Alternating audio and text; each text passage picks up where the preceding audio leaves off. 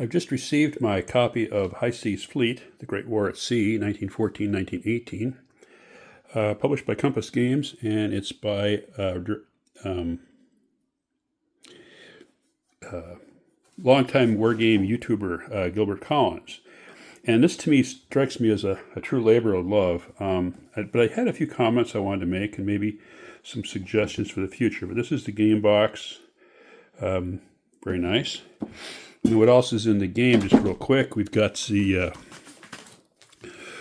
rule book, and which has a number of battle examples in it. We have the counters, the ship counters. The counters are quite nice because they're large.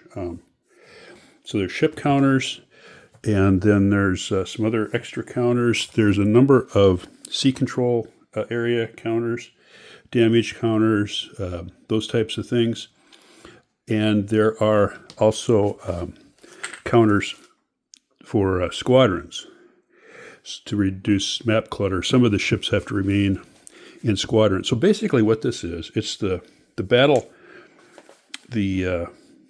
well, wait, let me finish up what else came with it. A bag for the counters, bags to sort the counters. You have two cards, one for the Germans, one for the British, for surface combat mat, and also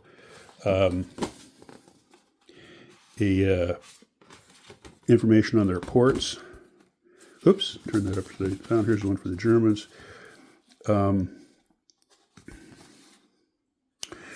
So a game aid, in other words, and then two task force charts, one for the Entente, one for the Central Powers to show which ships go in which task force, and then a quick reference guide for the charts and tables.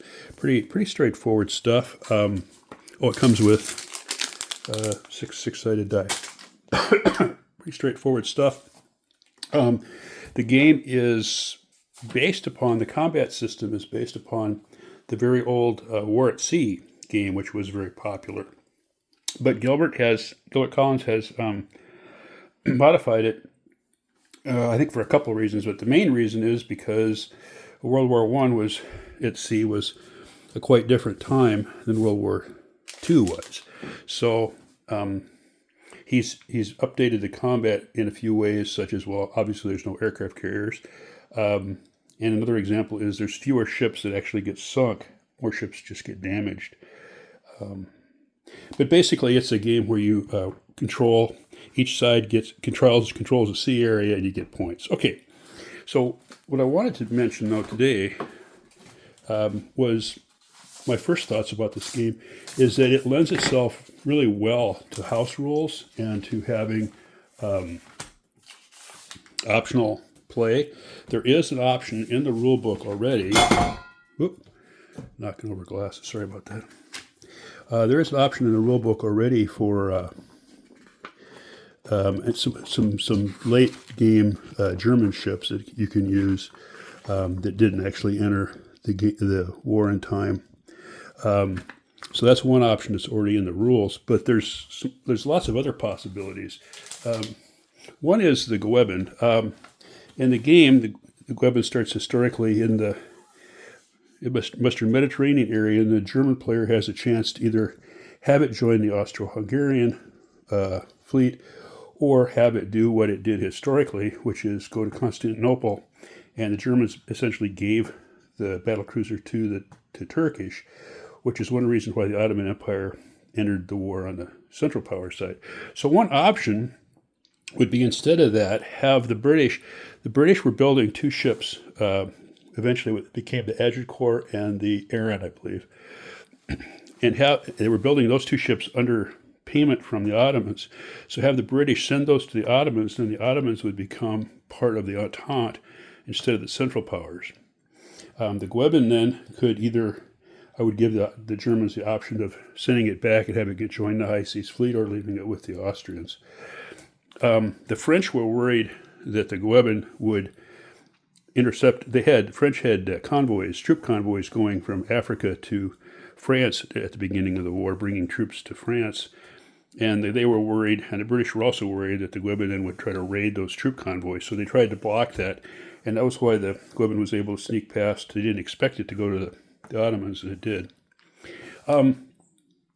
So that would be, some of these options are going to favor one side or the other. So you'd have to use make some kind of adjustments to keep the game in balance. One adjustment in the other direction toward the Central Powers would be Italy. Italy originally was in the Central Power, had a treaty with Austria and Germany. They had a mutual defense pact. And so Italy could have joined the Central Powers. They didn't, and in part because they used the excuse that, Austria invaded Serbia and Germany invaded France and Belgium. And so Italy said, well, we don't have to defend you because you're attacking. So Italy then remained neutral at first and later joined the Entente. So you could have Italy, let's say Russia invades Austria at the beginning of the war. Italy says, okay, I'm going to join you, and Italy could join the Central Powers that way. So that's another way. That option would greatly aid the Central Powers. Some other smaller changes you could make.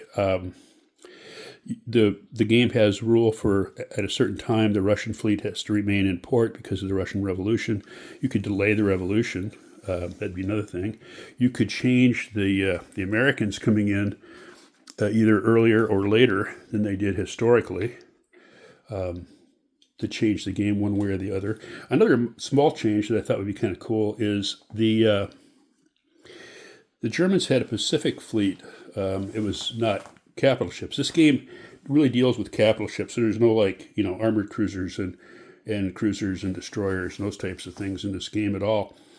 But the Germans had a fleet in the Pacific under von Spee, and it won a battle against some British ships in the Pacific, and then it came around and it was headed to refuel at the Falklands when the British had sent 2 battlecruisers down to intercept it, and the British sunk it. So what you could do at some point is give the German player a pre-dreadnought. I'm mention pre-dreadnoughts here in a minute. Give the Germans like a pre-dreadnought counter, and have it come down and take either like the South Atlantic or the Azores, something like that. And the British would have to, if the British send 2 battlecruisers, any 2 battlecruisers down there, maybe give the British the ability to break off their battlecruisers. Any 2 battlecruisers down there, and that would sink and automatically remove that von Spee German Pacific squadron. But if they don't, then the Germans would get a point for either the Azores or the South Atlantic. So that'd be another option. It'd be kind of fun just to do. I did want to mention one last thing. I wanted to mention was the pre-dreadnoughts. Pre-dreadnoughts in the game don't really fight, but they could control a sea area if they're by themselves. And the rules, I think, either I'm not understanding what Gilbert's after, or the rules are wrong, backwards, worded wrong, or it's just the opposite of what I would have expected. Basically, it says, the pre-dreadnoughts never engage in combat if they are in the same area as a non-pre-dreadnought. In other words, like a pre-dreadnought, a dreadnought ship. They would just simply remain in place and don't. But I don't know why they would stay in place. I would think they would run away.